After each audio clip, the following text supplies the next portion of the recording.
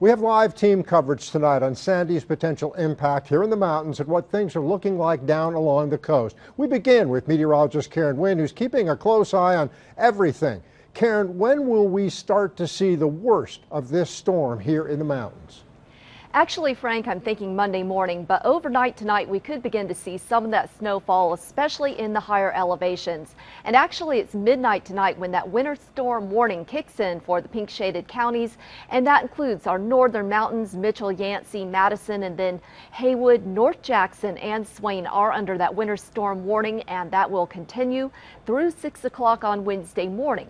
We are talking some major snowfall potential here. I'll show you that a little later on, and some very gusty, damaging winds blowing all that snow around. Travel not recommended in this pink shaded area. Meanwhile, we in Buncombe County, also Graham County and part of the McDowell Mountains are under a winter weather advisory that also kicks in at midnight, will continue until 6 in the morning. And again, travel difficulties very possible with blowing snow and high winds.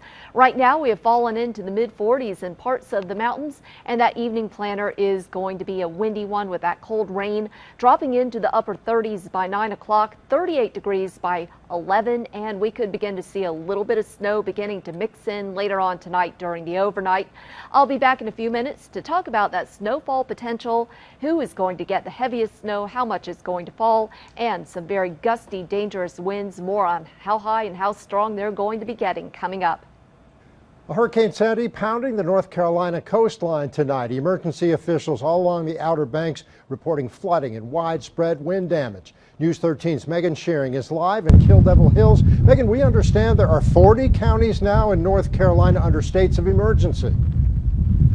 That's right, Frank, and I just want to say Sandy sure knows how to put on a good show, because she was very calm until we started this newscast. This is a very fierce storm. It's very powerful. I want to step out of the shot and give you a look at some of the conditions that we're dealing with. As you can see, wind is the major thing. We're being told that wind gusts are anywhere between 30 and 50 miles per hour. Emergency officials say several roads in the area have been shut down due to ocean overwash. The Department of Transportation was working all day to try and remove sand and water from those roadways. As far as the power goes, well, this is kind of unbelievable. At last check, there really were only like a couple hundred people dealing without power, which is pretty amazing. Now, I will tell you that, emergency officials are saying that the winds are expected to die down tonight, but that still doesn't mean that the North Carolina coast is out of the woods. Winds are still expected to produce rough surf and dangerous tip currents, and there's also a threat of ocean flooding and also some